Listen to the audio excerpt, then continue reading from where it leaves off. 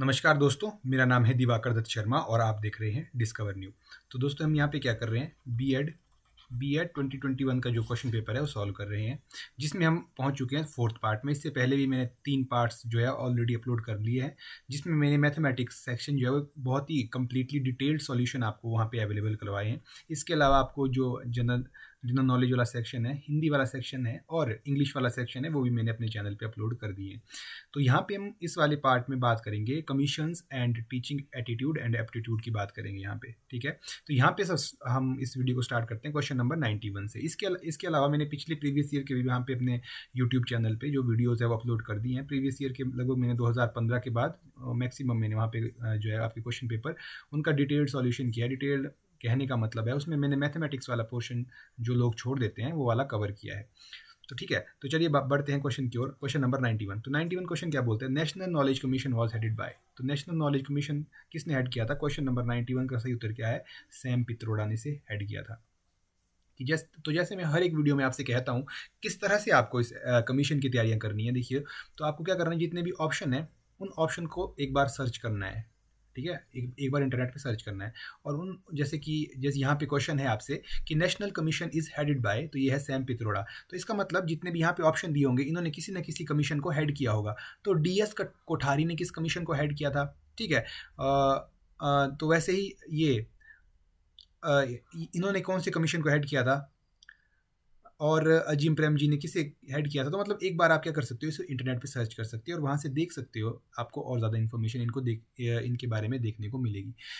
और अब बढ़ते हैं नेक्स्ट क्वेश्चन की। क्वेश्चन नंबर 92 क्या कह रहा है? क्वेश्चन नंबर 92 क्या कह रहा है, which of the following commission suggested silent meditation as a part of moral values. तो ये किसकी रिकमेंडेशन थी, कौन सी कमीशन की रिकमेंडेशन थी? यदि आपने प्रीवियस ईयर के मेरे क्वेश्चन वीडियोस देखे होंगे, वहाँ पे भी प्रीवियस ईयर से क्वेश्चन जो है आपसे उठाया गया है। तो यहाँ पे सही उत्तर क्या हो जाएगा? ऑप्शन बी जो है यूनिवर्सिटी कमीशन, यहाँ पे यूनिवर्सिटी एजुकेशन कमीशन इसका सही उत्तर हो जाएगा, ठीक है। तो जैसे कि मैं कह रहा था कि बहुत सी जो बुक्स हैं वहाँ पे जो आपका ये कमीशन वाला सेक्शन है इसमें भी बहुत गलतियाँ हैं, और जो आपका टीचिंग एटीट्यूड एंड एप्टीट्यूड वाला सेक्शन वहाँ पे भी बहुत सारी गलतियाँ हैं, ठीक है। तो मैंने क्या किया है, उन सभी गलतियों को देखते हुए ही मैंने ये वीडियो इन वीडियो को बनाना शुरू किया, क्योंकि वहाँ पे बहुत सारी गलतियाँ मुझे मिली। तो जिससे जो एक स्टूडेंट है वो रॉन्ग इन्फॉर्मेशन लेके एग्ज़ाम में जाता है और वहाँ पे वो गलत आंसर को मार्क करके आता है, ठीक है। जो कि एक मतलब उसके जो हार्ड वर्क के साथ है ये जो हार्ड वर्क के साथ है, एक तरह का जो आप कह सकते हैं कि जस्टिस नहीं हो रहा है, ठीक है। तो उसी के लिए मैंने इन वीडियोस को बनाना शुरू किया था। तो यहाँ पे मैं कोशिश करता हूँ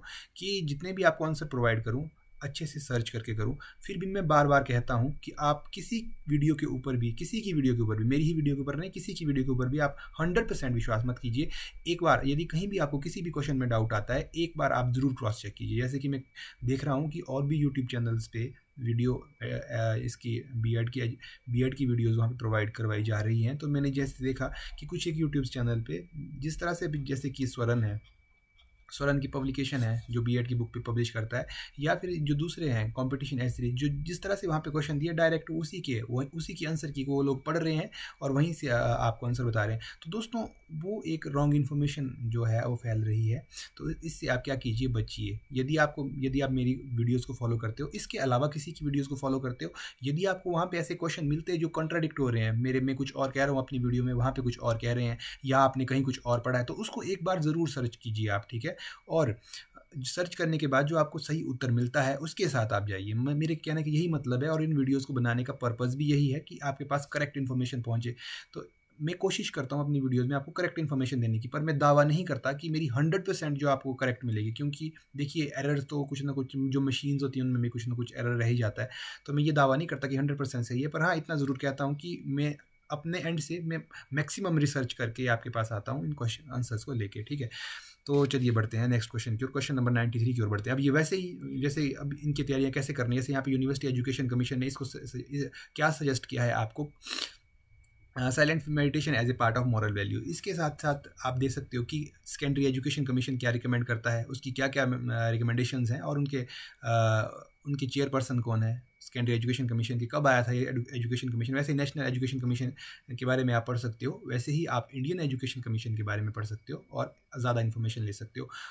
तो बढ़ते हैं नेक्स्ट क्वेश्चन की और इसी तरह से दोस्तों आपकी ये इस कमीशन वाले सेक्शन की तैयारियां हो जाती है। और साथ ही साथ एक बहुत ही ज़रूरी बात मैं ये कहना चाहता हूँ कि जिस दिन मैंने ये एग्ज़ाम दिया था, जब मैंने ये एग्ज़ाम दिया था, तो मैंने क्या पाया था कि जब हम शाम को वापस आए एग्ज़ाम दे के और इसको एवेलुएट किया, मैंने क्वेश्चन पेपर को एवेलुएशन शुरू की, तो मुझे क्या लगा कि जब मैंने क्वेश्चन इंटरनेट पर सर्च किए, टीचिंग एटीट्यूड एप्टीट्यूड और ये वाला सेक्शन, मुझे मोस्टली क्या मिला, एक पर्टिकुलर वेबसाइट से, अभी मैं उसको वेबसाइट का नाम भूल चुका हूँ, उस समय क्या था कि उसी वेबसाइट के ऊपर से सारे क्वेश्चन, मैक्सिमम क्वेश्चन, सारे तो मैंने ये दावा करता, पर मैक्सिमम क्वेश्चन वहाँ से उठाए गए, लगभग 80% क्वेश्चन उसी एक पर्टिकुलर वेबसाइट से उठाए गए थे।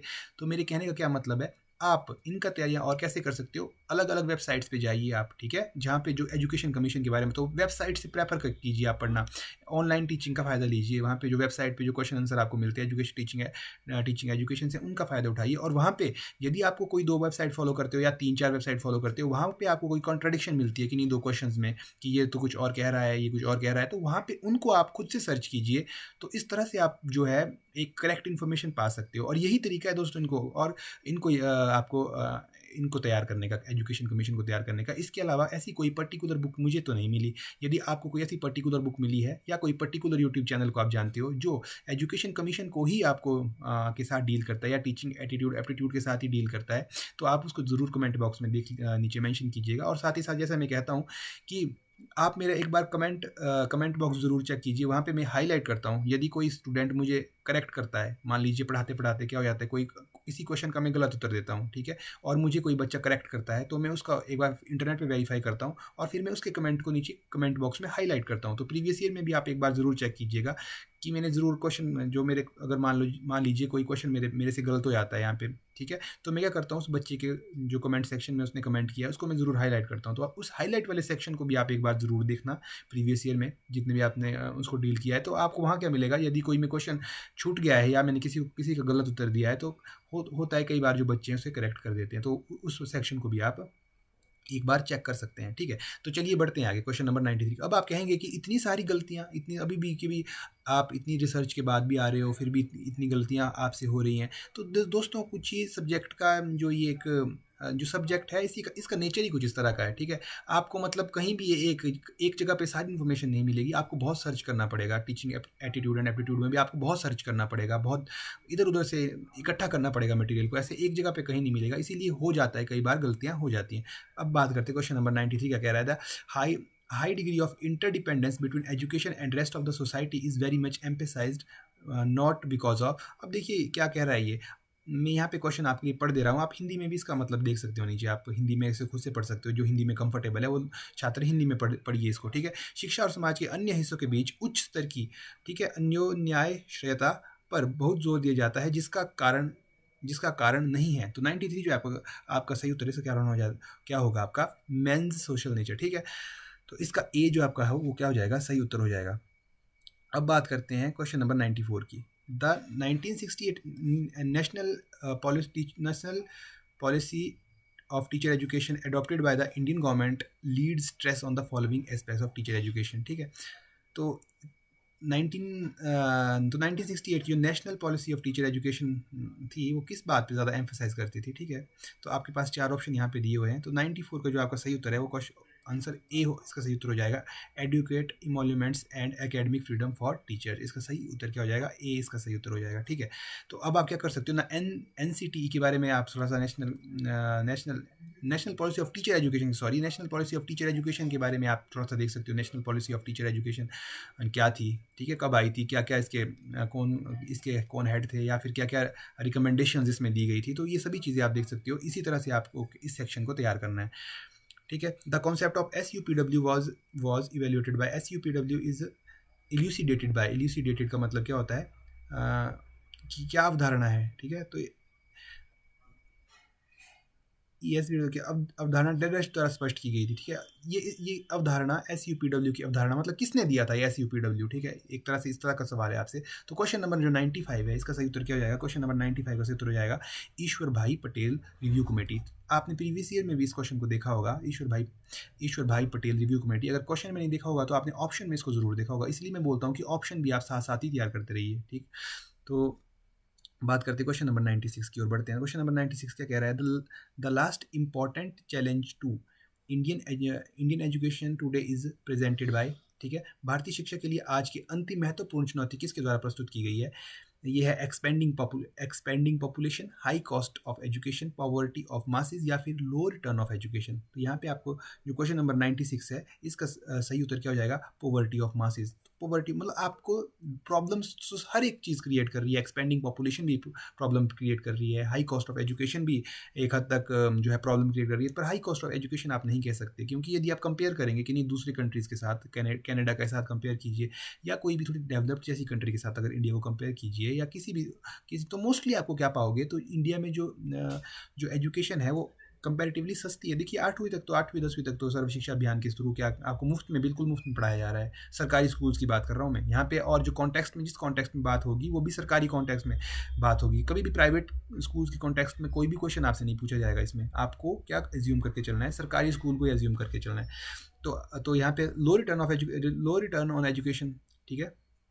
तो लो रिटर्न ऑन एजुकेशन ये भी क्या है? रिटर्न कहाँ से मिलता है? जब आप कोई बिजनेस करते हो तो मतलब जो प्राइवेट स्कूल्स में है जो वहाँ पे इन्वेस्ट करे तो एजुकेशन से उनको क्या मिल रहा है? लो रिटर्न। तो देखिए जैसे मैंने आपको कहा था कि आपको प्राइवेट से इसको ऐड करके कनेक्ट करके नहीं देखना है, इसको आपको सरकारी की तरह ही कनेक्ट करके देखना है। तो इसका सही उत्तर क्या हो जाएगा? बिल्कुल जो पॉवर्टी ऑफ मासेस, बहुत लोग गरीब है। बहुत लोग गरीब किस वजह से है? क्योंकि एक्सपेंड पॉपुलेशन ज़्यादा है। तो पॉपुलेशन वाला फैक्टर जो है इसी में इंक्लूड हो जाता है हमारे ऑप्शन नंबर सी में, ठीक है। इसीलिए आपका जो सी है ज़्यादा करेक्ट है एज कम्पेयर टू ए, ठीक है। अब बात करते हैं क्वेश्चन नंबर 97 की बात करते हैं। 97 क्या कहते हैं? The national flagship programme of education SSA aims at, ठीक है।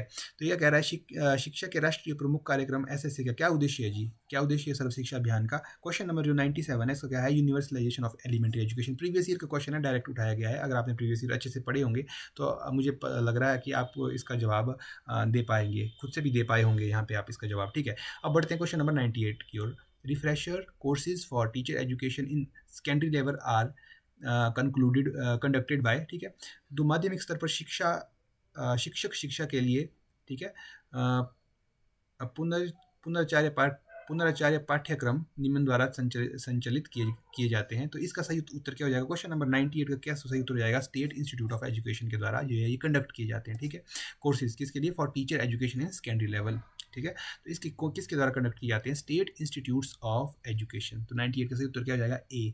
यहाँ पे मत आप कंफ्यूज होइएगा कि मैंने डी पे करेक्ट किया है। तो इसको देख के आपको नहीं चलना है, जो मैं आपको उत्तर बता रहा हूँ जिस पे मैं टिक कर रहा हूँ उसके साथ आपको चलना है। तो ऑप्शन नंबर ए के साथ आपको चलना है, ठीक है। यदि आपको जैसे कि मैंने पहले भी कहा, मैं यहाँ पे अपनी ओर से जो रिसर्च करके आ रहा हूँ, यदि फिर भी आपको डाउट है किसी भी, अगर आपको माइन्यूट सा डाउट भी है किसी के ऊपर, तो आप ज़रूर एक बार उसको सर्च कीजिए। यदि आपने कहीं किसी क्वेश्चन को का उत्तर कुछ और पढ़ा तो एक बार आप ज़रूर चेक कीजिए। यदि आपको कुछ डिफरेंट उत्तर मिलता है, ठीक है, तो आप मुझे कमेंट बॉक्स में बताइए कि मुझे इसका ये उत्तर मिला और मैंने इसको यहाँ से सर्च किया था जिसमें इसका उत्तर ये दिया था। तो मैं इसको ज़रूर एक बार क्रॉस चेक करूँगा और वहाँ से एक बार फिर से इसको वेरीफाई करने की कोशिश करूँगा। पर एज ऑफ माई नॉलेज यहाँ पे मैं जो भी आपको करवा रहा हूँ एक बार अच्छे से रिसर्च करके ही आपको यहाँ पे मैं करवा रहा हूँ।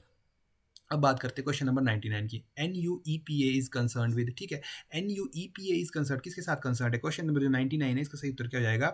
एजुकेशनल प्लानिंग के साथ, ठीक है। अब मुझे कमेंट बॉक्स में आप बताइए ये NUEPA क्या चीज़ है, ठीक है, क्या फुल फॉर्म है इसकी, ठीक है, क्या है ये, आप मुझे कमेंट बॉक्स में नीचे बताइए। आप जो प्रीवियस ईयर मेरे देख रहे होंगे उनको ये पता भी होगा कि NUEPA ये क्या चीज़ है, ठीक है। अब बात करते हैं नेक्स्ट क्वेश्चन की, क्वेश्चन नंबर 100 की बात करते हैं। Who gave signed MOU for recognition of teacher education in special education programme in India, ठीक है, ठीक है।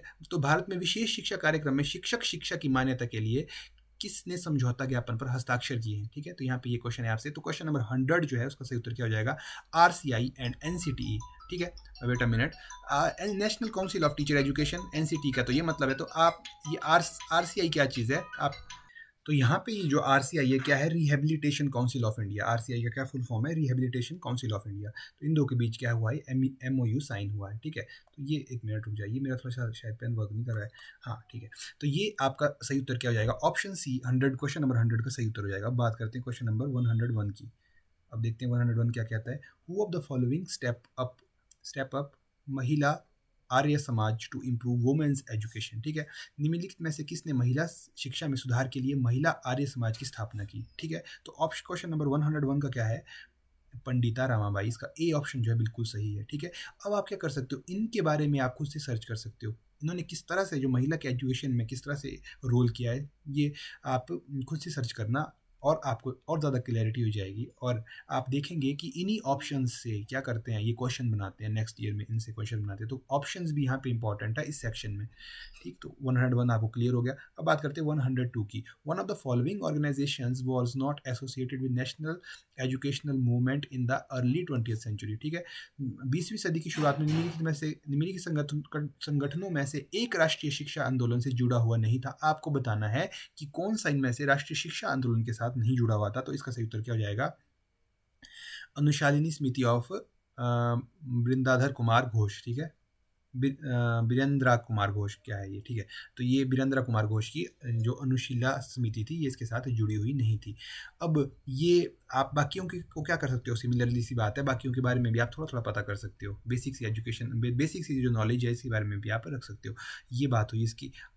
अब बात करते हैं, और मैं कोशिश करूँ जैसे कि 2021 के वाले जो अटैम्प्ट दे रहे हैं उनके लिए तो पॉसिबल नहीं हो पाएगा कि मैं एजुकेशन कमीशन पे अलग से वीडियोस बनाऊँ। मैं भी क्या चाहता हूँ कि एजुकेशन कमीशन पे मैं एक बार ये सारा मटेरियल इकट्ठा करके एक ही प्लेटफॉर्म पे आपको जो नॉलेज प्रोवाइड करूँ। तो 2021 वाले जो अटैम्प्ट दे रहे हैं उनके लिए तो मुझे नहीं लगता पॉसिबल ही हो पाएगा, पर हाँ जो 2022 को में इसको देने की सोच रहे हैं या जो तब मेरी वीडियोज़ देख रहे हैं तो वो क्या करिए, मेरे यूट्यूब चैनल पर जाइए। मैंने हो सकता है कि मैंने तब तक यहाँ पे जो है आपको एजुकेशन कमीशन भी अच्छे से वहाँ पे करवा दिए हों ताकि आपको सारा मटेरियल एक जगह ही वहाँ पे मिल जाए। अब बात करते हैं क्वेश्चन नंबर 103 की। Which of the following committee recommended for improvement of teacher education programme. ठीक है, निम्नलिखित में से किस समिति ने शिक्षा कार्यक्रम में सुधार के लिए सिफारिश की थी? तो क्वेश्चन नंबर 103 का सही उत्तर क्या हो जाएगा? आपका C option number Ramamurti committee ने। ठीक है, अब ये रेड्डी कमेटी क्या थी, ये सब कुछ आप वही सिमिलर सी बातें हैं, आप इसके बारे में आप सर्च कर लेना। ठीक है, और ताकि आपको ज़्यादा से ज़्यादा इन्फॉर्मेशन वहाँ पे मिल गए।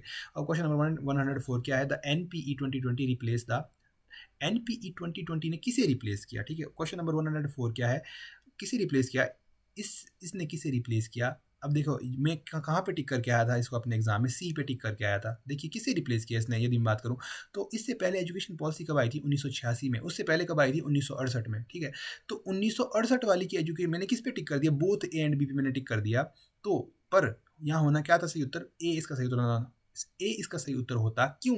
क्योंकि जो 1968 वाली एजुकेशन पॉलिसी है उसे रिप्लेस किया 1986 वाली ने। तो 1986 वाली फिर नई एजुकेशन पॉलिसी आई उस समय। 1986 के बाद कब आई? 2020 में। तो 1986 को रिप्लेस किया 2020 ने। तो इस तरह से इसका सही उत्तर होता ऑप्शन नंबर ए, पर मैं इस पे करके आया ऑप्शन नंबर सी। तो मेरा यहाँ पे ये वाला जो क्वेश्चन था वो गलत हो गया था एग्जाम में। ठीक है, the main reason for non achievement of full literacy in India. ठीक है, भारत में पूर्ण साक्षरता प्राप्त ना होने का क्या मुख्य कारण है? ठीक है, चार ऑप्शन देता है। Lack of funds, incapabilities of utilization of fund, lack of sustainable facilities, या फिर lack of will to achieve the goals. तो 105 जो है, 105 का सही उत्तर क्या है? बिल्कुल सही उत्तर डी है, lack of will to achieve the goals. ठीक है, विल की कमी है। ठीक है, लक्ष्य प्राप्त करने की इच्छा की कमी है। ऐसा फंड्स की कोई कमी नहीं है दोस्तों। यदि मैं बात करूँ एजुकेशन की फील्ड में, मतलब सब इतने ज़्यादा फंड्स भी हमारे पास अवेलेबल नहीं है, पर सफिशेंट है कि हम मतलब एक अच्छा सिस्टम एजुकेशन में बनाने के लिए हम वहाँ पे क्या कर सकते हैं, इतना फंड हमारे पास अवेलेबल है, पर लैक ऑफ विल की कमी है हमारे अंदर। ठीक है, कोई करना नहीं चाहता, कोई इनिशिएटिव नहीं लेना चाहता इस फील्ड में, इस चीज़ की कमी है। तो ऑप्शन नंबर डी इसका जो सही उत्तर हो जाएगा। अब बात करते हैं क्वेश्चन नंबर नेक्स्ट क्वेश्चन की बात करते हैं। What is the full form of RPWD? RPWD question number कितना है? क्वेश्चन नंबर 106 है। ये 106 जो है 6 का क्या सही उत्तर है? The rights of persons with disability. RPWD का मतलब क्या है? The rights of persons with disability act 2016। ठीक है, अब ये 2016 का क्या क्या क्या कहता है ये एक्ट? कौन सी एक्ट को इसने रिप्लेस किया था? 2016 के जो RPWD वाला एक्ट है, किस एक्ट को इसने रिप्लेस किया था? इसके बारे में आप मुझे कमेंट बॉक्स में नीचे बताइए। क्वेश्चन नंबर 107 है। What is another suggested name of children and special needs mentioned in NPE 2020? ठीक है, किससे रिप्लेस किया गया है? हम जो हमारे नेशनल पॉलिसी जो 2020 की है में उल्लिखित विशेष आवश्यकता वाले बच्चों का एक अन्य सुझाया गया नाम क्या है 2020 में? तो 107 है, उन्हें क्या कहा गया है? 107 का सही उत्तर क्या हो जाएगा? ए, दिव्यांग चाइल्ड उन्हें कहा गया है। डिसेबल्ड चाइल्ड नहीं उन्हें कहा गया है, दिव्यांग चाइल्ड कहा गया है। ठीक है, तो पर्सन भी स्पेशल डिसेबिलिटी वाले, स्पेशल नीड्स वालों को क्या कहा गया है वहाँ पे, दिव्यांग चाइल्ड कहा गया है। तो ऑप्शन नंबर ए जो इसका ये करेक्ट आंसर होगा। तो इसको आप याद भी रखिए, क्योंकि 2021 में क्या हुआ था, 2020 वाली एजुकेशन पॉलिसी जो नई थी, तो उससे ये वाला क्वेश्चन यहाँ पे बना था हमारे जब मैंने अटेम्प्ट दिया था। तो आपके लिए क्या 2022 की जो एजुकेशन पॉलिसी से रिलेटेड जितने भी क्वेश्चन है आपके लिए इंपॉर्टेंट है। तो जो 2020 की जो न्यू एजुकेशन पॉलिसी है उससे रिलेटेड जो मैंने क्वेश्चंस हैं उसकी पीडीएफ मैंने टेलीग्राम चैनल पर डाली है, आप टेलीग्राम चैनल को चेक कर सकते हैं, वहाँ पे आपको इसके रिलेटेड आंसर्स मिल जाएंगे। अब बात करते हैं क्वेश्चन नंबर 108 की। The idea of basic education is propounded bye, basic शिक्षा का विचार किसके द्वारा प्रतिपादित किया गया था? तो क्वेश्चन नंबर 108 है, इसका सही उत्तर क्या हो जाएगा? क्वेश्चन नंबर 108 का सही उत्तर हो जाएगा महात्मा गांधी। बेसिक एजुकेशन, ठीक है, ये आपने पढ़ा भी होगा। बेसिक एजुकेशन किसने किया था? महात्मा गांधी। ये प्रीवियस ईयर का क्वेश्चन है दोस्तों, अगर जिसने प्रीवियस ईयर सॉल्व किया होगा उसको ये पता लग रहा होगा। और इस तरह से आप एनालाइज भी कर सकते हो कि प्रीवियस ईयर के क्वेश्चन भी आपसे पूछ जाते हैं इस सेक्शन में, तो प्रीवियस ईयर भी यहाँ पे इंपॉर्टेंट हो जाता है। The national council of education research and training was established in, ये भी प्रीवियस ईयर का क्वेश्चन है। तो 109 का क्या सही उत्तर हो जाएगा? 109 का सही उत्तर हो जाएगा ए, 1961 में, ठीक है। तो अब बात करते हैं नेक्स्ट क्वेश्चन की, क्वेश्चन नंबर 110 की ओर चलते हैं। 110 क्या कहता है? The state expenditure of 6% of GDP was recommended by, GDP के 6% के राज्य व्यय की सिफारिश किसने दी थी? किसने ये कहा था कि जो आपका जो स्टेट का जो एक्सपेंडिचर है, जो जीडीपी है, उसका 6% शिक्षा पर खर्च किया जाना चाहिए, ये किसने कहा था जी? तो क्वेश्चन नंबर 110 का है नेशनल पॉलिसी ऑफ एजुकेशन 1986। तो 6% कितना, अब आप मुझे कमेंट बॉक्स में बताइए इंटरनेट पे सर्च करके कि कितना अभी एट करंट कितना खर्च किया जा रहा है, और आप पे हैरान रह जाएंगे कि कितना कम हम एजुकेशन पे खर्च कर रहे हैं आज की डेट में, और कितना हमें रिकमेंड किया गया था खर्च करने के लिए। अब बात करते हैं क्वेश्चन नंबर 111 की। यहाँ से आपका टीचिंग एटीट्यूड एंड एप्टीट्यूड वाला सेक्शन जो है यहाँ से शुरू हो जाता है। If majority of student in your class are weak you should, अब देखिए अगर ज़्यादातर बच्चे आपकी क्लास में वीक है तो आप क्या करेंगे? इस केस में आप क्या करेंगे? Not care about the intelligent student, आप इंटेलिजेंट स्टूडेंट की कोई केयर नहीं करेंगे। Keep your speed of teaching fast so that student comprehension level में इंक्रीज, ठीक है, आपने जो पढ़ाने की स्पीड उसको फास्ट करेंगे, या फिर कीप योर टीचिंग स्लो, अपनी टीचिंग स्लो रखेंगे, या फिर keep your teaching slow along with some extra guidance to bright student, ठीक है।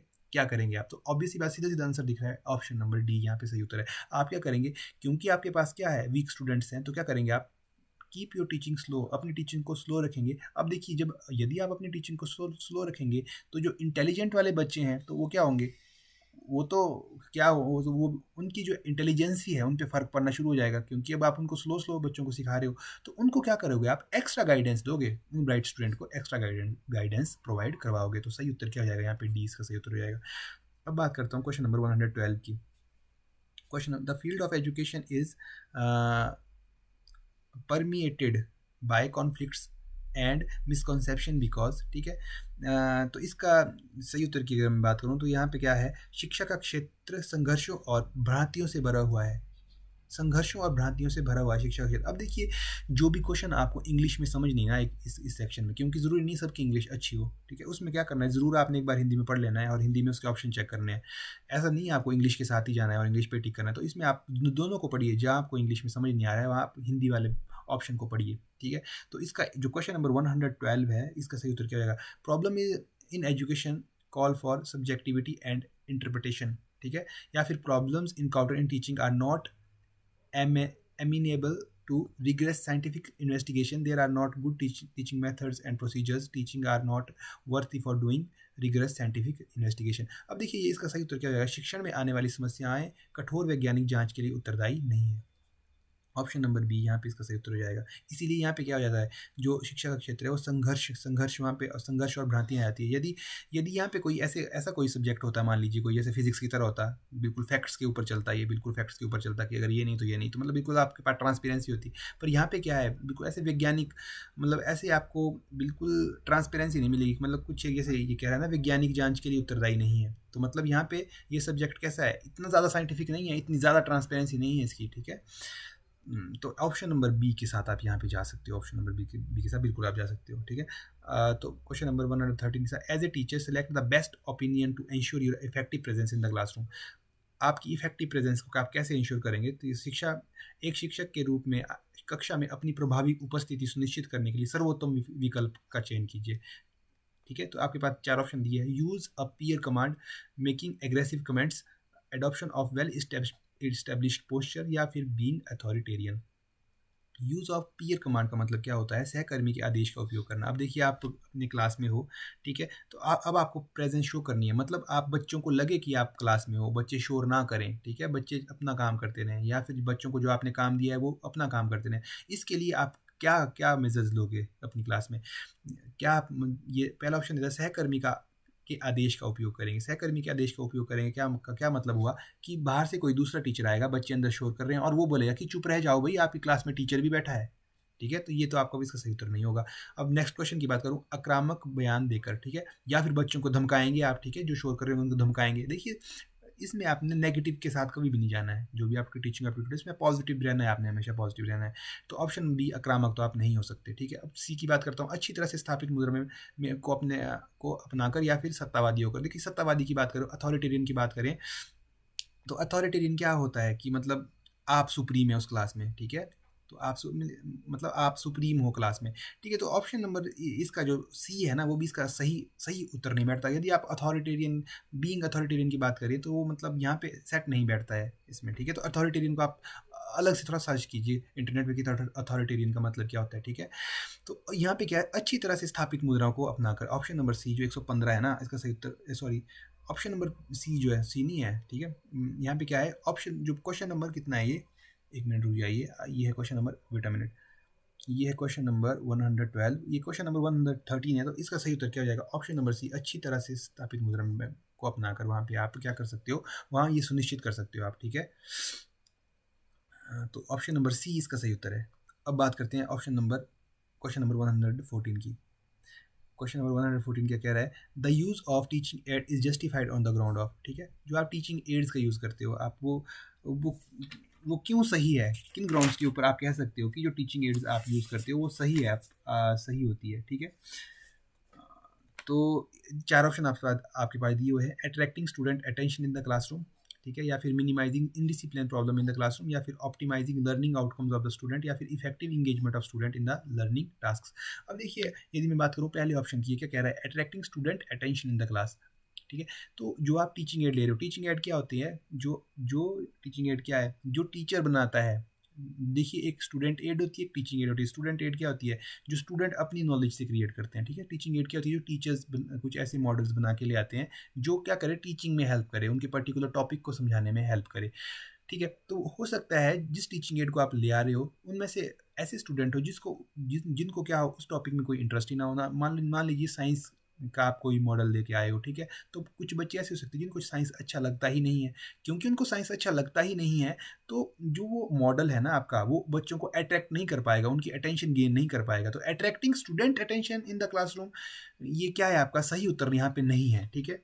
कुछ एक स्टूडेंट का जिनका सिर्फ इंटरेस्ट है, वही इसकी ओर क्या होंगे, वही इसकी ओर अटेंशन देंगे। सिमिलरली अदर सब्जेक्ट्स की बात है, साइंस के अलावा यदि मैथमेटिक्स की बात कर लो आप, ठीक है? उसमें भी यदि आप टीचिंग एड लेके आते हो, तो बच्चे, ज़रूरी नहीं है कि बच्चे अटेंशन पे करेंगे ही करेंगे। यदि उनका इंटरेस्ट ही नहीं है मैथमेटिक्स में, तो क्यों अटेंशन पे करेंगे वहाँ पे वो? तो ये आपका जो है इतना करेक्ट आंसर यहाँ पे नहीं है, ठीक है? यदि बात करें मिनिमाइजिंग इनडिसिप्लिन प्रॉब्लम, अब देखिए इनडिसिप्लिन प्रॉब्लम को तो कैसे ही मिनिमाइज करेगा ये? Indiscipline problem is completely different from teaching add. Indiscipline problem होगी कि बच्चे वहाँ पे शोर शराबा कर रहे हैं, ठीक है? तो ये इसका कोई इससे लेना देना नहीं है। Optimising learning outcomes of the student, Hindi में पढ़िए, छात्रों को सीखने के परिणामों का अनुकूलन। यानी कि इससे क्या होता है भाई, जो जो छात्रों के परिणाम है, मतलब जो सीखते हैं, वो सीखने के बच्चे जो सीखते हैं इससे, मतलब उनके आउटपुट पे काफ़ी अच्छा फ़र्क पड़ता है। यदि आप टीचिंग एड्स का यूज़ करते हो तो उनकी आउटपुट सुधरती है, बच्चों की क्या सुधरती है? आउटपुट। तो इसके साथ बिल्कुल आप जा सकते हो। तो ये ऑप्शन नंबर सी इसका सही उत्तर हो जाएगा, optimising learning outcomes of the student, ठीक है? Effective engagement of the student in learning task, ये भी देखिए, जो effective engagement of the student in learning task है, ये इसी के अंदर आपका इंक्लूड हो जाता है, ऑप्शन नंबर सी के अंदर। मतलब जो ऑप्शन नंबर सी है, इसका जो दायरा है ना, वो इतना बड़ा है कि जो ऑप्शन नंबर डी है ये इसी के अंदर इंक्लूड हमारा हो जाता है। तो optimising learning outcomes of the student, इसका सही उत्तर हो जाएगा ऑप्शन नंबर सी के साथ, यहाँ पे आप जा सकते हो, ठीक है? क्वेश्चन नंबर 114 हमारा हो चुका है। अब 115 की बात करते हैं। विच of the teaching method learners participation is made optimal and proactive, किस शिक्षण पद्धति में शिक्षार्थी की भागीदारी सर्वोत्तम और सक्रिय बन सकती है? अब देखिए 4 ऑप्शन, डिस्कशन मेथड में, बज़ सेशन मेथड में, ब्रेनस्टॉर्मिंग सेशन मेथड में, या फिर प्रोजेक्ट मेथड में। अभी देखिए इसका सही उत्तर क्या हो जाएगा? यहाँ पे प्रोजेक्ट मेथड जो है इसका सही उत्तर हो जाएगा, ठीक है? अब यहाँ पे अलग अलग मेथड्स दिए हैं आपको, ठीक है, बल्क सेशन मेथड भी दिया है। अब कुछ कुछ ये कहेंगे कि ये डिस्कशन मेथड भी तो इसका सही उत्तर हो सकता है, ठीक है। तो यहाँ पे कुछ क्वेश्चन आपको ऐसे मिलेंगे दोस्तों इस सेक्शन इसमें, जिसमें मतलब ये थोड़ा सा आपके जो एग्जामिनर के है ना उसके माइंडसेट के ऊपर भी थोड़ा सा कहीं ना कहीं डिपेंड करेगा कि वो इसका सही उत्तर क्या देता है। क्योंकि आप देखेंगे इन क्वेश्चंस में एक से कुछ क्वेश्चन इसमें ऐसे हैं सस्पेंस वाले जिसमें एक से ज़्यादा सही उत्तर हो सकते हैं, ठीक है, जहाँ एक से ज़्यादा सही उत्तर हो सकते हैं। तो ये थोड़ा सा किस पे भी डिपेंड करता है कि किस माइंडसेट के साथ जो है आपका एग्जामिनर क्वेश्चन वहाँ पे पूछ रहा है। तो कई बार आप इसमें ऐसा भी देखेंगे जो क्वेश्चन है उसमें कंप्लीट क्लियरिटी नहीं की गई है, क्वेश्चन को अच्छी तरह से फ्रेम नहीं किया गया है और सीधा क्वेश्चन आपसे पूछ लिया गया है। तो इसमें भी थोड़ा सा कहीं ना कहीं जो है आपकी जो एग्जामिनर है उसके पॉइंट ऑफ व्यू पे थोड़ा कहीं ना कहीं डिपेंड करता है कि वो किस तरह से वहाँ पे पूछ रहा है। तो इस सेक्शन में आपको करना क्या होता है, बेसिकली उसके माइंड को डिकोड करना होता है, जो एग्जामिनर आप पूछ रहे हैं ना आपसे उसके माइंड को डिकोड करना होता है। तो ये जो मैं आपको यहाँ पे आंसर बता रहा हूँ ये मैं किससे बता रहा हूँ, ऑफिशियल आंसर की है मेरे पास, ऑफिशियल आंसर की है, कहाँ की, 2021 की मेरे पास ऑफिशियल आंसर की है। वहाँ पे जो उत्तर दिए है ना उन्हीं उत्तरों को बता रहा हूँ मैं। और जो उत्तर वहाँ पे मुझे जिसमें मेरे को कंट्रडिक्शन लगती है कि उत्तर वहाँ पे सही नहीं दिया हुआ है, उनको मैंने इंटरनेट पे सर्च किया और वहाँ से मैं आपको बता रहा हूँ। और यदि कोई उत्तर इसमें टीचिंग एटीट्यूड एंड एप्टीट्यूड में गलत है उसको मैं आपको अलग से बताऊंगा कि ये उत्तर भाई यहाँ पे गलत है, ठीक है। तो यहाँ पे ये क्या देते हैं 2021 के आंसर की के अकॉर्डिंग ऑप्शन नंबर डी देते हैं। इसके अलावा यदि आपको कोई और ऑप्शन इसका सही लगता है तो आप इंटरनेट पे एक बार जरूर जाइए, उसको एक बार जरूर चेक कीजिए यदि आपको किसी में भी डाउट आता है, ठीक है। अब बात करते हैं question number 116, school should be concerned with the development of child which should include, ठीक है, विद्यालय को बालक के विकास से संबंधित होना चाहिए जिसमें शामिल होना चाहिए। मतलब जो स्कूल है उसको उसको किस पे ध्यान देना चाहिए, बालक के विकास पे ध्यान देना चाहिए, ठीक है। किस तरह से ध्यान देना चाहिए, अब यहाँ पे आपके पास बहुत सारे ऑप्शन दे के रखे हैं। तो ऑप्शन नंबर 116 है acquisition life skills by the child, ये सबसे बेस्ट आंसर है इसका। क्यों? क्योंकि जो भी आप स्कूल में जाते हो तो जो अल्टीमेट टारगेट होता है ना एजुकेशन का वो क्या होता है कि जो आपको एजुकेशन दी गई है वो आपको अपने व्यवहार में लानी है, अपने लाइफ में उसका एजुकेशन का यूज़ करना है। यदि आप कोई टॉपिक पढ़ते हो, स्वच्छता वाला टॉपिक पढ़ते हो, तो सिर्फ टॉपिक ही नहीं पढ़ना है, आपको उस स्वच्छता को अपने लाइफ में ले आना है, उस साफ सफाई को लाइफ में लाना है, कूड़ा करकट नहीं फैलाना है। तो किताबों में नहीं पढ़ना है आपको, वो अपनी लाइफ में लाना। तो जो ये मेन पर्पस जो एजुकेशन का वो यही है। तो ऑप्शन बी जो है यहाँ पे सही इसका सही उत्तर हो जाएगा। अब बात करते हैं question number 170, student gives a partially correct response in your to your question, what will you do, seek further information, provide reinforcement, reframe the question and tell the correct information. अब देखिए सीक फर्दर इन्फॉर्मेशन का मतलब होता है आप जो उसने थोड़ी सी इन्फॉर्मेशन अभी आपको दी है आप उससे सेटिस्फाइड नहीं है, आप चाहते हैं कि वो कुछ और भी बताए उसके बारे में, तो ये है seek further information. Provide reinforcement का मतलब क्या होता है, आप उसको क्या करेंगे, उसको बोलेंगे कि हाँ बेटा शाबाश शाबाश आप ठीक बोल रहे हो, आप और कोशिश करो, बोलने की कोशिश करो, हाँ ठीक जा रहे हो। इस तरह से जो आप बच्चों को ट्रीट करते हो उसको रीइंफोर्समेंट बोलते हैं। मतलब एक पॉजिटिव वे में आप क्या कर रहे हो, बच्चों को रीइंफोर्स कर रहे हो, सोचने पे बोल रहे हो कि हाँ बेटा शाबाश शाबाश, इस तरह से आप रीइंफोर्स कर रहे हो, ठीक है। एक क्या होता है रीफ्रेम योर क्वेश्चन। अब देखिए स्टूडेंट की partially correct response to your question. अब क्योंकि उसने पार्शियली करेक्ट रिस्पॉन्स दिया है इसका मतलब ये है कि वो क्वेश्चन तो समझ चुका है, आप क्या पूछना चाहते हो ये उसको कहीं ना कहीं समझ आ रहा है, इसीलिए उसने पार्शियली करेक्ट आंसर दिया है। मतलब नहीं तो अगर उसको ये समझ ही नहीं आता तो वो पार्शियली करेक्ट भी नहीं देता, वो कुछ इस क्वेश्चन को और तरह से इंटरप्रेट करता और इसका कुछ और ही उत्तर दे देता। तो मतलब क्वेश्चन तो उसको समझ आ चुका है, तो ऑप्शन नंबर सी तो उसका होगा नहीं। Tell the correct information. अब देखिए आपको करेक्ट इन्फॉर्मेशन नहीं बतानी है जब तक स्टूडेंट बिल्कुल आपको ऐसा ना लगे कि अब स्टूडेंट को कोई और तरीका बचा ही नहीं है, मतलब स्टूडेंट अब इसके बारे में कुछ जानता ही नहीं है। तो सबसे पहले आप क्या करेंगे, सबसे पहले उसको रीइंफोर्स करेंगे, उसको बोलेंगे कि हाँ बेटा शाबाश शाबाश बताओ बताओ। जब आप इस तरह से रीइंफोर्स कर रहे हो तो ये क्या कर रहे हो, आप फर्दर इन्फॉर्मेशन को सीख कर रहे हो, आप उसको और उसको एक तो पहली बात आप उसको क्या कंफर्टेबल फील करा रहे हो, साथ ही साथ फर्दर इन्फॉर्मेशन को सीख कर रहे हो। तो ऑप्शन जो बी है वो ऑटोमेटिकली ऑप्शन ए जो है ऑप्शन बी के अंदर इंक्लूड हो जाता है। तो यहाँ पे क्वेश्चन नंबर जो 117 है इसका सही उत्तर ऑप्शन बी हो जाता है, ठीक है। अब बात करते हैं क्वेश्चन नंबर 18 की, the best reason because of which a teacher can command respect for from his student is if, ठीक है। सबसे अच्छा कारण जिसकी वजह से एक शिक्षक अपने छात्रों से सम्मान प्राप्त कर सकता है, he follows innovative practices in the class, he dictates notes to the class, he reads and explain the textbook, he does not give home assignment। अब देखिए यहाँ तो सीधा सीधा आपको दिख रहा है कि जो ऑप्शन नंबर ए है वो बिल्कुल सही ऑप्शन है। अब question number 190, development of moral value among the student is very important, what would you do to develop the same. अब देखिए मॉरल वैल्यू को डेवलप करने के लिए क्या करोगे आप भाई, यदि आप एक टीचर हो तो मॉरल वैल्यूज़ को डेवलप करने के लिए क्या करोगे आप? Encourage moral values related works, आप बच्चों को मॉरल वैल्यूज़ से रिलेटेड वर्क देंगे, या ऑर्गेनाइज लेक्चर ऑर्गेनाइज करेंगे मॉरल वैल्यूज़ पे, या फिर display stories based on moral values, ठीक है, या फिर present yourself as a role model.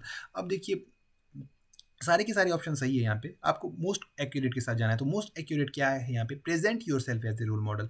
आप क्या करेंगे, क्योंकि जो बच्चे हैं सबसे ज़्यादा टीचर से सीखते हैं, टीचर्स को अपना रोल मॉडल मानते हैं, वो अपना हीरो मानते हैं टीचर्स को। तो क्या करोगे आप, अपने आप को एज ए रोल मॉडल यहाँ पे इस्टेब्लिश करोगे, कुछ ऐसे काम करोगे आप, ठीक है, कि वो आपको एज ए रोल मॉडल माने, क्योंकि वो मानते ही, ऑब्वियसली बातें मानते हैं। यदि आपको रोल मॉडल मानते जो, तो आप जिस तरह का आपका बिहेवियर होगा, बच्चों का बिहेवियर भी ऑटोमेटिकली उसी तरह का होगा, और सबसे ज़्यादा और मोर इफेक्टिव वे में वो उस तरह से सीखेंगे। तो ऑप्शन नंबर जो डी है इसका सही उत्तर हो जाता है। अब बात करते हैं क्वेश्चन नंबर 120 की, क्वेश्चन नंबर की बात करते हैं। A student is exceptional when his performance is significantly, तो ये तो इजी सी बात है, अबव द एवरेज स्टूडेंट। जब अबव द एवरेज स्टूडेंट उसकी परफॉर्मेंस, उसको आप क्या बोलोगे, एक्सेप्शनल बोलोगे। अब बात करते हैं question number 121, how can forgetting minimise. अब फॉरगेटिंग को किस तरह से मिनिमाइज किया जा सकता है यहाँ पे, तो आपके पास क्रैमिंग ऑप्शन है, डिस्क्रिमिनेशन ऑप्शन है, ओवर ईयरिंग ऑप्शन है, और रिसाइटेशन ऑप्शन है। 4 ऑप्शन है यहाँ पे। तो इस तरह का क्वेश्चन, अब देखिए जो ऑफिशियल आंसर की है यहाँ पे मेरे पास, ये इसका सही उत्तर क्या दे रहा है। अब क्रैमिंग रटना हो गया, किस तरह से आप, तो क्रैमिंग तो होगा नहीं यहाँ पे, ठीक है। डिस्क्रिमिनेशन का मतलब क्या होता है, विभेदीकरण। विभेदीकरण का मतलब क्या होता है, किसी तरह से विभेदीकरण को आप किस तरह से समझ सकते हो। देखिए मतलब एक कॉन्ट्राडिक्ट करना है उस क्वेश्चन को, कॉन्ट्राडिक्ट। अच्छा, अगर ये मतलब कॉन्ट्राडिक्शन आप समझते हो ना, किसी क्वेश्चन को क्रिटिक करना है उस क्वेश्चन का, ठीक है। ये भी इसका सही उत्तर नहीं होगा, ठीक है। तो ओवर हियरिंग, आप उसको क्वेश्चन को बार बार सुनोगे, या फिर रिसाइटेशन, उसको आप क्या करोगे, पढ़ोगे उसको, खुद से पढ़ोगे, ठीक है, सस्वर पाठ करोगे, मतलब बोलते बोलते पढ़ोगे उसको। तो यहाँ पे इसका सही उत्तर क्या हो जाएगा, आप सोच रहे होंगे कि रिसाइटेशन इसका सही उत्तर है, तो यहाँ पे पर इसका रिसाइटेशन इन्होंने सही उत्तर नहीं दिया, इन्होंने ओवर हियरिंग का सही उत्तर दिया है। अब देखिए यदि इस ओवर हियरिंग की बात करूँ, तो ये जो क्वेश्चन है किसके कॉन्टेक्स्ट में पूछा है, इन्होंने छोटे बच्चों के कॉन्टेक्स्ट में पूछा होगा। छोटे बच्चों के कॉन्टेक्स्ट में ये क्वेश्चन उन्होंने पूछा है। क्यों? क्योंकि छोटे बच्चे कैसे होते हैं, यदि उनको पोएम, मान लो उन्हें पोएम आपको याद कराएं, तो आप क्या करते हो, यूट्यूब पे एक पोएम लगा देते हो, बस उनको चलाते रहते हो, तो वो क्या करते हैं, उनको उसको सुनते रहते हैं, सुनते रहते हैं, और वो एक दिन वो खुद ही याद हो जाती है वो, ठीक है। इस तरह से क्या करते हैं वो बच्चे, याद करते हैं। तो यहाँ पे जो ये क्वेश्चन पूछा गया है छोटे बच्चों के कॉन्टेक्स्ट में पूछा गया है, ठीक है, तब इसका जो सही उत्तर है ओवर ईयरिंग यहाँ पे बनेगा। अदरवाइज इसका सही उत्तर क्या हो सकता है, रिसाइटेशन इसका सही उत्तर हो सकता है, ठीक है, ऑप्शन नंबर डी। अगर आप खुद से पढ़ते रहोगे, बोल बोल के पढ़ते रहोगे, तो बोल बोल के जब पढ़ोगे, पहली बात तो आपको जो बोल रहे हो आपको खुद को ही सुनाई देगा, तो ओवर ईयरिंग वाला फैक्टर भी इसी के अंदर इंक्लूड हो जाएगा, ऑप्शन नंबर डी के अंदर। पर यहाँ पे क्योंकि उसको थोड़ा सा क्वेश्चन को क्या करना चाहिए, थोड़ा और इलेबोरेट करना चाहिए, तो उसे बताना चाहिए था कि छोटे बच्चों के बारे में हम, कि भाई छोटे बच्चों के कॉन्टेक्स्ट में यहाँ पे ये सवाल पूछ रहा हूँ। तो क्या हो सकता है, कुछ एक क्वेश्चन, वही तुम्हें जो बार बार बोलता हूँ कि कुछ एक क्वेश्चन यहाँ पे ऐसे हैं जो एग्जामिनर के पॉइंट ऑफ व्यू के ऊपर डिपेंड करते हैं कि किस तरह से वो क्वेश्चन पूछ रहा है आपसे, ठीक है। तो ऑप्शन नंबर सी यहाँ पे इसका करेक्ट आंसर है, ठीक है। तो यहाँ पे क्वेश्चन नंबर 21 का क्या हो जाएगा, सी। तो इसके बारे में यदि आपको यहाँ पे थोड़ा डाउट लग रहा है, किसी भी क्वेश्चन में आपको डाउट लग रहा है, एक बार इंटरनेट पे जाइए, वहाँ सर्च कीजिए, वहाँ से आप और ज़्यादा इन्फॉर्मेशन लेने की कोशिश कीजिए। तो अब बात करते हैं क्वेश्चन नंबर 122 की। If a student alleges against you for showing favouritism in evaluation of scripts, how would you deal with him, ठीक है। अब क्या बोल रहा है कि ये, कि यदि किसी छात्र आपके खिलाफ लिपियों के मूल्यांकन में पक्षपात का आरोप लगाता है, मतलब आपने जो आंसर शीट चेक की उसमें जो आपने आंसर दिए हैं उसमें पक्षपात किया है आपने, ऐसा आरोप आपके ऊपर लगाता है, तो आप कैसे निपटेंगे उस आरोप के साथ। रिजेक्ट एलिगेशन, एलिगेशन को रिजेक्ट कर दोगे, एडॉप्ट पुनेटिव मेजर्स, या आप उसको आप पनिश करोगे, ये दोनों ही नहीं होंगे, ठीक है। अब make efforts to reveal his position, या फिर शो हिज आंसर बुक। अब देखिए ये ऑप्शन नंबर सी और ऑप्शन नंबर डी है ना, तो इन दोनों में थोड़ा सा क्या है, थोड़ा सा कंफ्यूजन है इन दोनों में। तो ये क्वेश्चन नंबर 122 का ये क्या सही उत्तर देता है, ये इसका सही उत्तर देता है D, show his answer book, ठीक है। आंसर बुक कब शो करोगे आप, देखिए 2 कंडीशन बनती है हमारे पास। यदि आपके ऊपर क्या कर रहा है, वो क्या कर रहा है, एलिजिज यू, मतलब आपके ऊपर एलिगेशन लगा रहा है वो, कि आपने फेवरिज्म शो किया है, इवेल्युएशन में फेवरिज्म शो किया कि आपने फेवरिज्म किया है, आपने पार्शियलिटी की है पेपर चेक करने में। तो एलिगेशन किस बेसिस पे लगा रहा है, क्या आपने उसको पहले क्वेश्चन पेपर दिखा दिए है, मतलब क्या आपने अपने आंसर शीट वो बांट दी है। यदि आपने आंसर शीट बांट दी है ना पहले, और उसके बाद, क्योंकि पता कैसे लगा होगा उसको कि आपने उसके साथ जो है वो फेवरिज्म किया है, या फिर आपने उसने पक्षपात किया है, उसने अपने मार्क्स देखे होंगे, तभी तो जाके उसने ये डिसाइड किया होगा कि नहीं मुझे कम दिए, मेरे दोस्त को ज़्यादा दिए, कि भाई आपने फेवरिज्म किया है। तो पहली बात तो ये कि जो ये एलिजिज वाला है कि उसने एलिगेशन लगाए हैं, ये उसने तभी लगाए होंगे जब आपने उसको आंसर बुक शो कर दी होगी। अब आप उसको आंसर बुक शो कर चुके हो, उसके बाद आपके ऊपर एलिगेशन लगा रहा है वो, तो इस केस में तो इसका सही उत्तर बनता है option number C, to make efforts to reveal. तो आप क्या करोगे, उस क्वेश्चन पेपर में उसको दिखाओगे कि हाँ बेटा आपने यहाँ पे ये पॉइंट मिस किया, इसलिए मैंने आपको इतने कम मार्क्स दिए। तो एक तो ये इसका इस तरह से आप इस आंसर सोच सकते हो, जिसको इस तरह से सोच के ऑप्शन आंसर मिलता है मार्को सी। या फिर वो क्या करता है, कुछ कुछ देखिए ऐसा भी होता है कई बार, हम क्या करते हैं, हम टेस्ट लेते हैं कोई, और फिर क्या करते हैं, हम सीधा मार्क्स बताते हैं क्लास में। यदि मैं मार्क्स बता रहा हूँ तो बच्चे क्या होते हैं, उन्होंने एक्सपेक्ट करते हैं वो बच्चे कि नहीं भाई मेरे तो 10 में से 8 आने चाहिए थे, मेरे उनको लग रहा होता है पेपर देखे कि मेरे 8 तो आ ही जाएंगे, पर उसको मिलते हैं 6। ठीक है, और उसका साथ वाला एक दोस्त है जिसके हर कंसिस्टेंटली हर टेस्ट में 6 ही आते हैं, पर इस बार उसको एक्सेप्शनली 9 आ गए। ठीक है, तो अब क्या वो तो सोचेगा ना थोड़ा कि कहीं ना कहीं मतलब कुछ ना कुछ भाई गलत हुआ है, तो ठीक है वो उसके बाद वो एलिगेशन टीचर पे लगाएगा।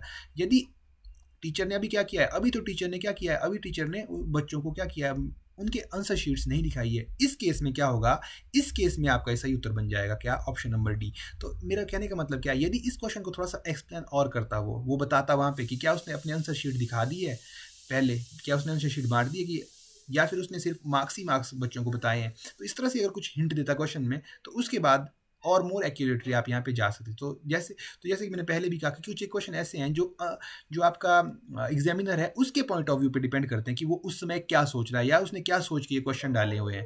ठीक है, तो इस केस में अभी के लिए किसके साथ जाते हैं हम, शो हिज आंसर बुक, उसके साथ जाते हैं। तो ऑप्शन नंबर डी। तो आपको पता लग गया कि ये आंसर कब होगा, ये आपको शायद पता लग गया होगा कि कब किस केस में ये आपका आंसर जो है ऑप्शन नंबर डी आपका जो है उत्तर होगा। ओके, तो बात करते हैं क्वेश्चन नंबर 123 की। यहाँ पे 123 क्या कह रहा है, in order to develop a good rapport with student और teacher should select the most important activity. ठीक है, क्या कह रहा है कि ये छात्रों के साथ अच्छे संबंध विकसित करने के लिए एक शिक्षक को क्या चाहिए, सबसे महत्वपूर्ण का चयन करें यहाँ पे। ठीक है, love with student, be friendly with all, पे इंडिविजुअल अटेंशन, या फिर कम्युनिकेट वेल। ठीक है, तो यहाँ पे क्या है, ये चारों के चारों ऑप्शन जो है आपके पास सही दिए हुए हैं, पर आपको जैसे कि क्वेश्चन में लिखा है कि मोस्ट इंपॉर्टेंट को छांटना है यहाँ पे आपको। ठीक है, तो मोस्ट इंपॉर्टेंट क्या होगा यहाँ पे इंडिविजुअल अटेंशन। ठीक है, यहाँ पे ये सही होगा। आपने स्वरन की बुक में पढ़ा होगा कहीं प्रीवियस ईयर में, तो वहाँ पे क्या दिया है इसका सही उत्तर, कम्युनिकेट वेल दिया है, तो जो कि गलत है वहाँ पे। ठीक है, तो आपको ये प्रीवियस ईयर वाले भी थोड़े साथ साथ करेक्ट करते जाने हैं आपको। यदि आपके माइंड में ऐसा है कि इसका सही उत्तर डी है, या ऐसा अगर है तो ऐसा इसका बिल्कुल नहीं है, इसका सही उत्तर है पे इंडिविजुअल। यहाँ देखिए, जब आप, अगर मैं डी की थोड़ी सी बात करूँ, कम्युनिकेट वेल, अब देखिए एक टीचर है वो बच्चों के साथ कम्युनिकेशन करता है। ठीक है, तो सिर्फ यदि वो कम्युनिकेशन करता है स्टूडेंट के साथ, तो उसको क्या करना है, उसको सिर्फ कम्युनिकेशन से जो एक नॉलेज ट्रांसफ़र है ना, मतलब एक्चुअली अल्टीमेट टारगेट क्या है, एज एन टीचर क्या है आपका अल्टीमेट टारगेट है आपका बच्चों को नॉलेज देना। ठीक है, और ये क्या यहाँ पे इस क्वेश्चन में किस कॉन्टेक्स्ट में बात कर रहा है, टू डेवलप गुड रैपोर्ट, मतलब बच्चों के सामने, बच्चों के छात्रों के साथ संबंध विकसित करना है आपने। देखिए बात करके आप बातें कर रहे हैं बच्चों के साथ ना, पर एक्चुअली अटेंशन, मतलब एक्चुअली उनको बेनिफिट नहीं दे रहे हैं थ्रू एजुकेशन। तो मतलब ये क्या है यहाँ पे, जस्टिफाइड जैसा नहीं है ये ऑप्शन नंबर डी। ठीक है, तो ये ऑप्शन नंबर सी क्या है, अगर मैं सी की बात करूँ, पे इंडिविजुअल अटेंशन। जब देखिए आप इंडिविजुअल अटेंशन पे करेंगे स्टूडेंट को, तो ऑब्वियसली बात है इंडिविजुअल अटेंशन कैसे पे करेंगे, उनसे बात करेंगे, उसकी प्रॉब्लम को समझने की कोशिश करेंगे, तो वहाँ पे जो कम्युनिकेट वेल वाला फैक्टर है ये खुद ब खुद इसमें इंक्लूड हो जाएगा, और साथ ही साथ बी फ्रेंडली विद ऑल वाला फैक्टर भी इसमें आ जाएगा। ठीक है, तो जब आप बच्चों को जानने की कोशिश करोगे तो क्या किस तरह से उनके साथ पेश आओगे, आप फ्रेंडली ही तो पेश आओगे, अच्छे से पूछोगे। यदि आप फ्रेंडली पेश आओगे तभी तो अच्छी तरह से आपके साथ तो जो बच्चे हैं वो अपनी प्रॉब्लम्स को शेयर कर पाएंगे। ठीक है, साथ ही साथ यदि मैं बोलूँ लव हिज स्टूडेंट, तो ये वाला जो ए वाला ऑप्शन है ये भी इसी में इंक्लूड हो जाता है ऑप्शन नंबर डी में। तो पे इंडिविजुअल अटेंशन इज एक्यूरेट। ठीक है, यहाँ पे सबसे एक्यूरेट यही है क्वेश्चन नंबर 123 में। अब बात करते हैं क्वेश्चन नंबर 124 के, the main objective of teaching at higher education में क्या है, टीचिंग एट हायर एजुकेशन का उच्च स्तर शिक्षा का पर अध्यापन का मुख्य उद्देश्य क्या है। ठीक है, जो आप हायर लेवल टीचिंग कराते हो हायर एजुकेशन में, जैसे कि आपको एमएससी लेवल में या फिर ग्रेजुएशन लेवल पे जो टीच करते हैं, उसका मुख्य उद्देश्य क्या होता है, उस टीचिंग का, उन टीचर्स का मुख्य उद्देश्य क्या होता है, तो क्या होता है क्वेश्चन नंबर 124 जो है, 124 का सही उत्तर क्या हो जाएगा? To develop capacity to take decision. ठीक है, तो देखिए, to develop capacity to take decision को किस तरह से हम रिलेट करते हैं, जैसे जो ह्यूमैनिटीज़ वाले सब्जेक्ट्स हैं, ठीक है, उसमें क्या होता है, देखो आपको अलग अलग परिस्थितियों से अवगत करवाया जाता है, पास्ट में क्या हुआ है आपके साथ, ठीक है, तो पास्ट में किस तरह से डिस्क्रिमिनेशन हुआ है, हमारे जो शेड्यूल कास्ट हैं या फिर कोई और कास्ट हैं, उनके साथ किस तरह से डिस्क्रिमिनेशन हुआ है, तो इस तरह से मतलब आपको क्या अवेयर करवाया जाता है अपने पास्ट से। ठीक है, तो ये चीज़ें क्या करती है, आपको फ्यूचर में डिसीजन लेने के लिए आपको क्या करती है, हेल्प करती है कि अब जो कास्टिज़म वगैरह है या फिर जो आपने या किसी और चीज़ की बात कर लें हम, यहाँ पे जो डिस्क्रिमिनेशन हुआ है उसको हमें फर्दर नहीं करना है, आगे अपने फ्यूचर में नहीं करना है। तो इन सब चीज़ों पे क्या करता है, हमें एक डिसीजन बिल्ड करने की जो हमारे अंदर है वो कैपेबिलिटी डेवलप करता है। ठीक है, हायर, तो ये हायर एजुकेशन पे जो हम काम होता है वो किस लेवल पे होता है, to develop capacity to take decision. ठीक है, डिसीजन मेकिंग पे, डिसीजन मेकिंग वाले पार्ट पे क्या होता है, आपका काम किया जाता है। तो यहाँ पे इसका सही उत्तर क्या हो जाएगा, ऑप्शन नंबर बी इसका सही उत्तर हो जाएगा। बात करते हैं क्वेश्चन नंबर 125 की। 125 के तो quality is most important in student. ठीक है, कौन सी क्वालिटी मोस्ट इंपॉर्टेंट है, तो यहाँ पे क्या दिया है आपको, यहाँ पे दिया है हार्ड वर्क, ओबीडियंस, ह्यूमैनिटी या फिर ह्यूमैलिटी या फिर इंडिपेंडेंस। ठीक है, कड़ी मेहनत, आज्ञाकारिता, विनम्रता या फिर स्वतंत्र सोच। ठीक है, सो यहाँ पे क्या है, आपका 4 ऑप्शन दिए हुए हैं, चारों के चारों आपको सही लग रहे होंगे। ठीक है, तो यहाँ पे एग्जैक्ट आंसर क्या है आपका, सबसे एग्जैक्ट आंसर अगर मैं यहाँ बात करूँ वो है इंडिपेंडेंट थिंकिंग। अब देखिए, आप थोड़ा सा कंफ्यूज हो रहे होंगे कि इंडिपेंडेंट थिंकिंग क्या है। इससे पहले आपको इंडिपेंडेंट थिंकिंग को थोड़ा सा समझना होगा। देखिए, ये इंडिपेंडेंट थिंकिंग क्या है कि आपकी थिंकिंग को कोई भी इन्फ्लुएंस नहीं करता। ठीक है, अब देखिए, आप जो पढ़ रहे हैं तो क्या करते हो, आपके अंदर एक थॉट प्रोसेस डेवलप होता है जब आप पढ़ते हो, जब आप हिस्ट्री की घटनाओं को पढ़ते हो कि क्या क्या हुआ था, किस किस तरह से हमारे भगत सिंह, राजगुरु, सुखदेव वगैरह ने जो ये है आज़ादी के लिए संघर्ष किया था, ये सब क्या करता है, आपके अंदर एक थिंकिंग कैपेबिलिटी डेवलप करता है। ठीक है, तो जो आपके विचार होने चाहिए, एजुकेशन का क्या पर्पज़ है, तो यहाँ पे जो आपके विचार है ये कोई दूसरा इनको इन्फ्लुएंस ना करे। ठीक है, इंडिपेंडेंट थिंकिंग का मतलब क्या होता है कि जो आपके विचार है वो सिर्फ आपके हो, इंडिपेंडेंटली आपके हो, मतलब आपके विचारों को कोई दूसरा इन्फ्लुएंस ना करे, आप किसी दूसरे के इन्फ्लुएंस में ना आए, मतलब आप इंडिपेंडेंटली एक पर्टिकुलर इंसिडेंट को सोच पाएँ। ठीक है, कि भाई उस पर आप कंप्लीटली अपने विचारों को रख पाए। ठीक है, उसको आप कहेंगे इंडिपेंडेंट थिंकिंग। ठीक है, तो जैसे कि मान लो कोई घटना होती है, तो जैसे कि मैं यहाँ पे एग्जांपल लेना चाहूँ, जैसे कि मान लीजिए घटना होती है कि कोई क्या, किस तरह से हम इसका एग्जांपल में आपको यदि मैं आपको एग्जांपल देने की कोशिश करूँ तो किस तरह से हम इसके बारे में सोच सकते हैं थोड़ा सा। तो जैसे कि ये घटना हुई है अभी लेटर हाल ही में, क्या हुआ कि कुछ कॉलेजेस में क्या हो गया कि लड़कियां बुर्का पहन के क्या चली गई, कॉलेज में चली गई बुर्का पहन के। अब फिर क्या किया गया, उस बुरखे को बैन कर दिया गया स्कूल में। ठीक है, तो उस बुरखे को लेकर या फिर उस जो बच्चे वो उस तरह के कपड़े पहन के जा रहे हैं, ठीक है, वो लेकर कॉलेज जा रहे हैं, तो उसके ऊपर बहुत प्रोपोगेंडा भी हुए हैं। तो इन सब चीज़ों के बारे में आप क्या सोचते हो, आपकी क्या थिंकिंग है। ठीक है, आप किस तरह से इस विषय को सोचते हो, इस कितने अलग अलग डायमेंशंस कितने अलग अलग डायमेंशंस पर इस विषय के बारे में आप सोचते हो, वो आपकी इंडिपेंडेंट थिंकिंग होगी। और ये इंडिपेंडेंट थिंकिंग होती है ना, जो वो किसी दूसरे के थॉट से इन्फ्लुएंस नहीं होती, ये आपके अपने विचार होते हैं, अपने एक्सपीरियंस होते हैं। तो एट लास्ट क्या होता है, एजुकेशन का अल्टीमेट गोल क्या होता है, आपके अंदर वो जो इंडिपेंडेंट थिंकिंग क्रिएट करना, ताकि जो भी डे टू डे लाइफ में आपको तैयार करना डे टू डे लाइफ के लिए, क्योंकि ऐसी ऐसी घटनाएं होती हैं जिसमें मतलब आपको अपनी सोच कि आप क्या सोचते हो पर्टिकुलर चीज़ के बारे में, वो वहाँ पे मैटर करती है। तो यहाँ पे इंडिपेंडेंट थिंकिंग का यहाँ पे इस बात से थोड़ा सा लेना देना है। तो यहाँ पे इंडिपेंडेंट थिंकिंग इसका सही उत्तर हो जाएगा। यदि यहाँ पे एक और ऑप्शन आपके पास होता है जिसके हम क्रिएटिविटी कहते हैं, क्रिएटिविटी, तो वहाँ पे आपका जो मोस्ट एक्यूरेट होता क्रिएटिविटी और इंडिपेंडेंट थिंकिंग में, यदि मैं ऑप्शन की बात करता हूँ, यदि यहाँ पे क्रिएटिविटी का ऑप्शन होता तो वहाँ पे हमें किसके साथ जाना पड़ता, क्रिएटिविटी के साथ वहाँ पे जाना पड़ता, क्योंकि क्रिएटिविटी, यदि आपके पास इंडिपेंडेंट थिंकिंग नहीं है ना, तो आपके पास क्रिएटिविटी नहीं हो सकती। क्रिएटिविटी होने के लिए इंडिपेंडेंट थिंकिंग का होना बहुत ज़रूरी है। तो जो क्रिएटिविटी है उसमें इंडिपेंडेंट थिंकिंग वाला एलिमेंट है जो खुद ब खुद ही आ जाता है।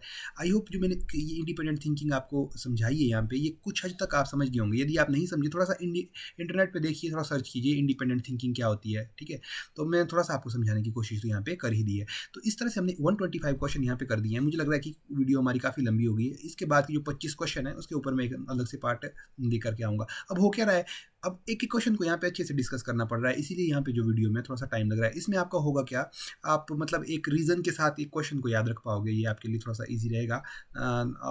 तो मुझे लग रहा है कि जो मैं आपको पढ़ा रहा हूँ, वो मुझे आशा है कि मैं अच्छे से आपको पढ़ा पा रहा हूँ, और जो मैं आपको पढ़ा रहा हूँ, वो आप अच्छे से समझ पा रहे हो। यदि आपको कोई दिक्कत आ रही है, या मैं अच्छे से नहीं समझा पा रहा, या मेरे वे ऑफ टीचिंग में यदि आपको कोई प्रॉब्लम लगती है कि मुझे आराम से पढ़ाना चाहिए, फ़ास्ट नहीं पढ़ाना चाहिए, तो आप मुझे बिल्कुल रिकमेंड कर सकते हो कि मुझे किस तरह से पढ़ाना चाहिए आपको, कमेंट बॉक्स में। और साथ ही साथ यदि आपके कोई सवाल है, तो वो भी आप मुझे कमेंट बॉक्स में पूछ सकते हैं। तो जल्द ही मिलते हैं, अपने जो इसका नेक्स्ट पार्ट लेकर मैं जल्दी आपको इसी यूट्यूब चैनल पे मिलूँगा। Thank you so much.